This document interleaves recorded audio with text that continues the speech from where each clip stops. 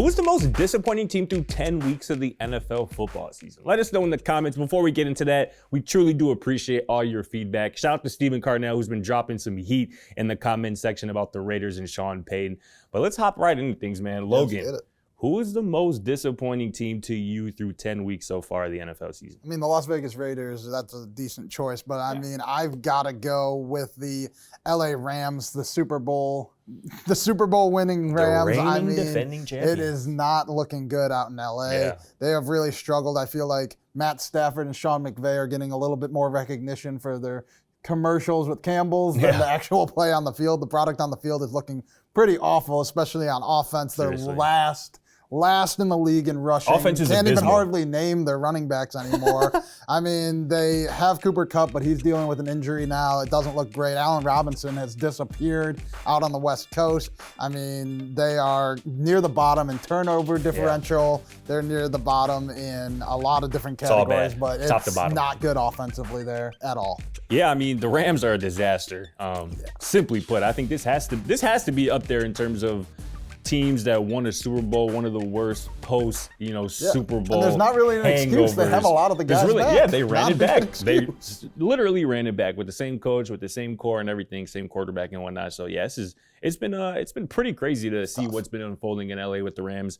But I have to rock with my boy Stephen Carnell, man. I gotta go with the Las Vegas Raiders in terms of the most disappointing team through 10 weeks in the NFL season. Just last week on the recent episode of Real Spill, go check that out on our BVM Sports YouTube weekly NFL Carolina Panthers podcast. I host with Ellis L. Williams of the Charlotte Observer. The Raiders were my nickel of the week last week, and nickel is something the opposite of a dime. You weren't a 10, you were the opposite of that. You were a 0. And that was last week coming off a loss to the Jacksonville Jaguars. Let's go to the week prior before the Jacksonville Jaguars lost. The Las Vegas Raiders got shut out by the New Orleans Saints, who have not been having a great season by any stretch of the imagination. They followed that performance up with a loss to the Jacksonville Jaguars in a game where the Raiders were up 17-0. Yeah. They proceed to get outscored 27-3 the rest of the game to lose that one.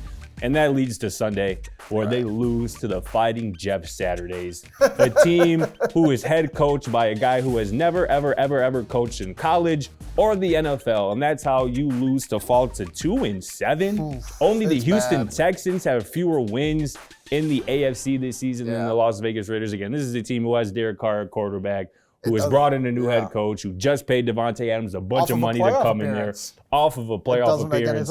It doesn't make any sense. It is rock bottom, and it looked like it for Derek Carr. I mean, the poor guy is crying after the game. I mean, it can't get much worse.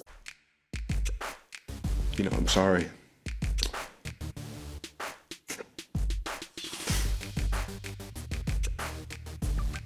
Derek, sorry. To finish that, sorry for being emotional.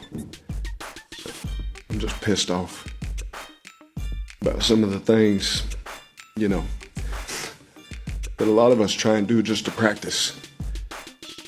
What we put our bodies through just to sleep at night.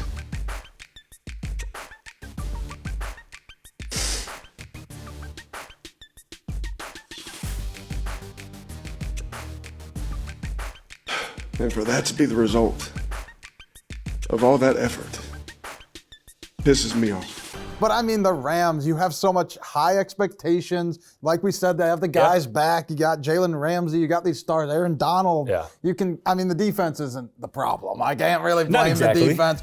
But I mean, but here's the thing. They're put upon. It's a put upon situation because the offense is so bad and can't generate drives. It is looking awful. I don't know if people are catching up with McVay. I don't know if it's a Stafford thing. Yeah. And it doesn't look like the future is going to be bright because they spend all their draft assets getting guys right now. I mean, there is no future. The writing's been on the wall. Sean McVay earlier this season. They lost the top 10 pick. It's to the Lions right now. They don't have a top 10 pick, and that's going to Detroit. That's Jared Goff and the Stafford deal, right?